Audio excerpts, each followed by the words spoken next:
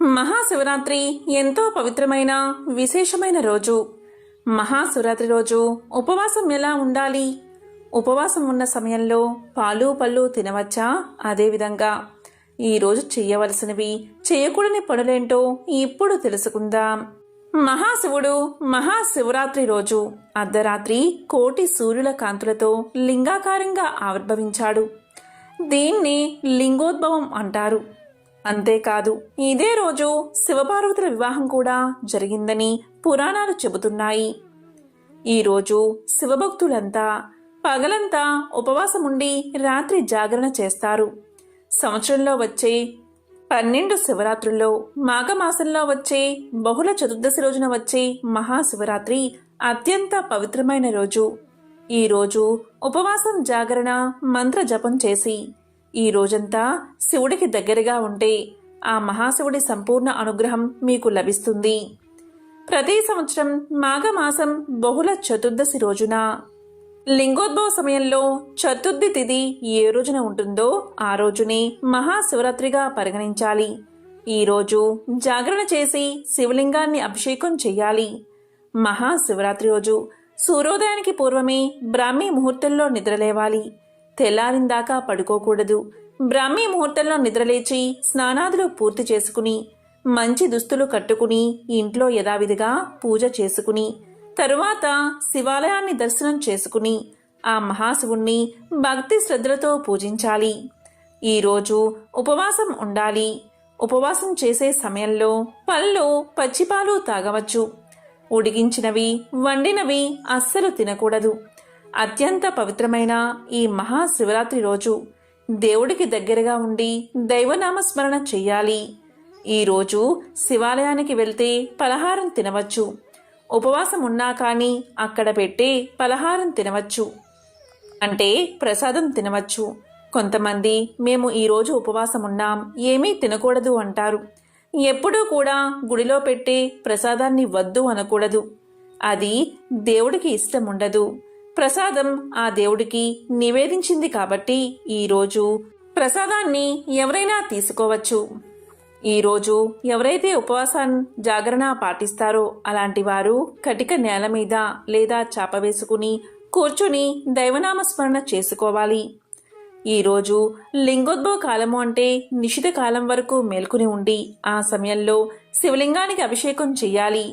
లేదా అభిషేకం చేసే సమయంలో చూసినా చాలు, కోటి జన్మల పుణ్యం లభిస్తుంది. ఈరోజు ఆరోగ్యం బాగోలేని వారు ఉపవాసం చేయకపోవడమే మంచిది.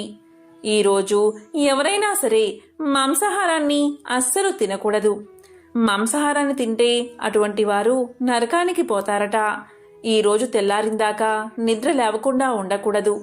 ఈరోజు సాయంత్రం ప్రదోషకాలంలో అస్సలు నిద్రపోకూడదు.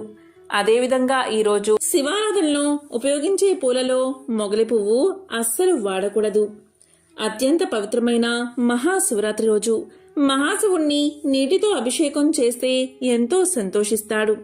ఈరోజు ఏమీ చేయకపోయినా సరే ఒక్క బిల్వదళాన్ని శివుడికి సమర్పించినా చాలు, జన్మల పాపాలు తొలగి కోటి జన్మల పుణ్యం వస్తుంది. మహాశివుడు అభిషేక ప్రియుడు. ఇలా నేతితో అభిషేకం చేసే సమయంలో మన ఒంటిపై ఉండే చెమట ఎట్టి పరిస్థితుల్లో శివలింగంపై పడకూడదు. అలా పడితే మహాపాపంగా పరిగణించబడుతుంది. ఈ రోజంతా ఉపవాసముండి ఓం నమశివాయ, ఓం నమశివాయ అనే పంచాక్షరి మంత్రాన్ని జపిస్తూ దేవుడికి దగ్గరగా ఉండడానికి ప్రయత్నం చేయండి. ఈరోజు ఎవరైతే ఇలా చేస్తారో అటువంటి వారికి శివానుగ్రహం కలిగి సకల పాపాలు తొలగి కోటి జన్మల పుణ్యం రావడంతో పాటు ఎంతటి పేదవాడైనా ధనవంతుడు అయ్యేలా ఆ మహాశివుడు దీవిస్తాడు. అంతేకాదు, ఈరోజు శివ ధ్యానం చెయ్యాలి. ఇలా చేస్తే శివానందం కలుగుతుంది. మనం నిత్యం అనుభవించే ఆనందాల కంటే శివానందం అత్యంత అధికమైన ఆనందం. ప్రతి మనిషి కూడా దుఃఖాన్ని కోరుకోడు. ప్రతి ఒక్కడు ఆనందాన్ని కోరుకుంటాడు. కానీ ఆనందాన్ని కోరుకున్నంత మాత్రాన లభ్యం కాదు కదా. దాన్ని పొందాలి అంటే ఏదో ఒక మార్గం ఉండాలి. ఆ ఆనందాన్ని పొందాలి అంటే మార్గం ఏంటి అంటే శివనామ స్మరణ. మహాశివుడు ఆనంద స్వరూపుడు. అలాంటి మహాశివుణ్ణి మనసులో తలుచుకుంటే మనకు శివానందం కలుగుతుంది. కానీ అలా ఆనందాన్ని పొందాలి అంటే మనం కడుపు నిండుగా భోజనం చేస్తే అది అస్సలు సాధ్యపడదు. నిద్ర వస్తుంది. అలాగే మన మనసు ఇతర విషయాల వైపు వెళ్తుంది. కాబట్టి ఆహారం తీసుకోకుండా జాగరణ ఉండాలి. ఒకవేళ తీసుకుంటే అల్పాహారం తీసుకోవాలి.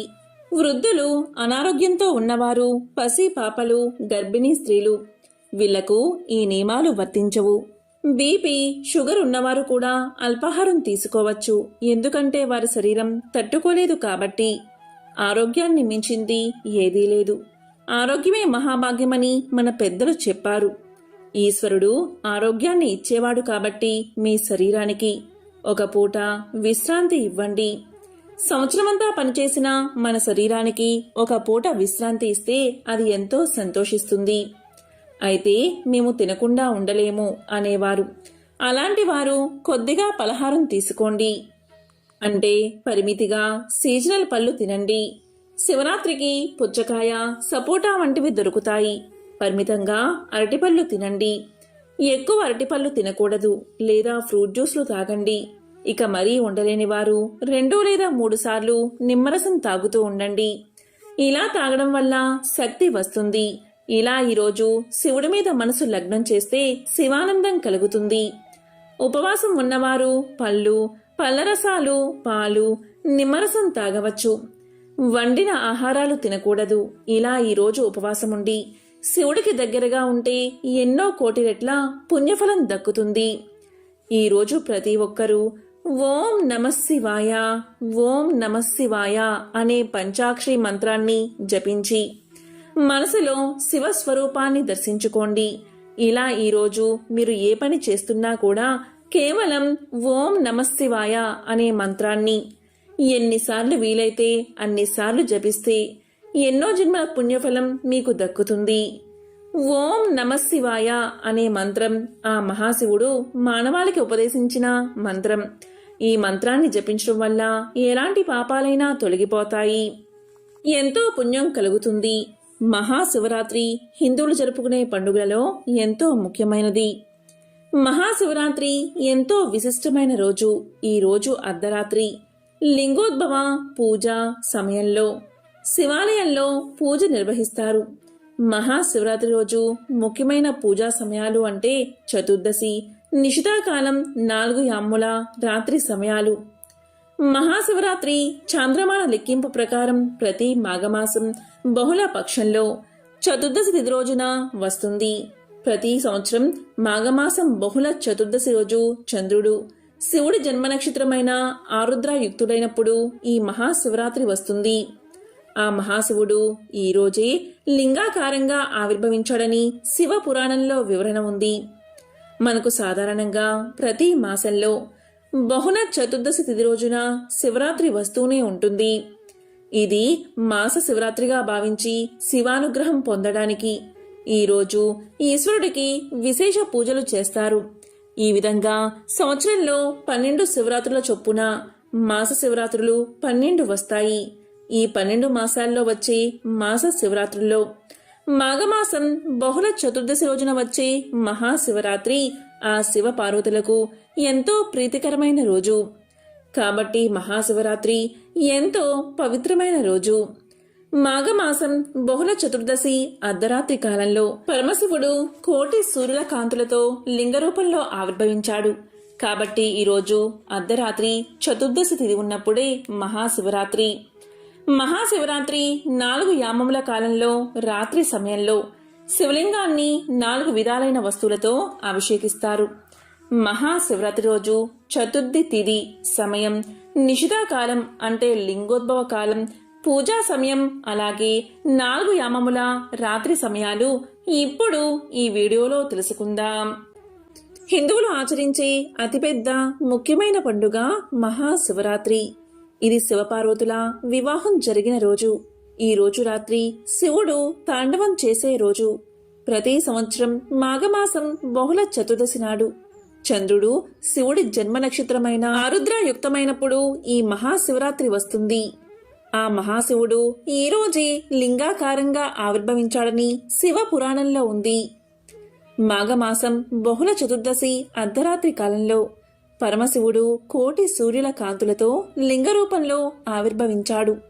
కనుక ఈనాటి అర్ధరాత్రి కాలంలో చతుర్దశి తిథి ఉన్నప్పుడే మహాశివరాత్రి రోజు 4 యామముల రాత్రి కాలంలో శివలింగాన్ని 4 విధాలైన వస్తువులతో అభిషేకిస్తారు. విశేషమైన మహాశివరాత్రి రోజు ఆడవారు ఇంట్లో మాంసాహారాన్ని అస్సలు వండకూడదు, అలాగే తినకూడదు. ఎవరైతే మాంసాహారాన్ని తింటారో లేక వండుతారో వారికి జన్మల దరిద్రం కలుగుతుంది. ఈరోజు తప్పనిసరిగా ఓం నమఃశివాయ అనే పంచాక్షరి మంత్రాన్ని జపించి ఆ మహాశివుడి పరిపూర్ణ అనుగ్రహాన్ని పొందండి. ఓం నమఃశివాయ.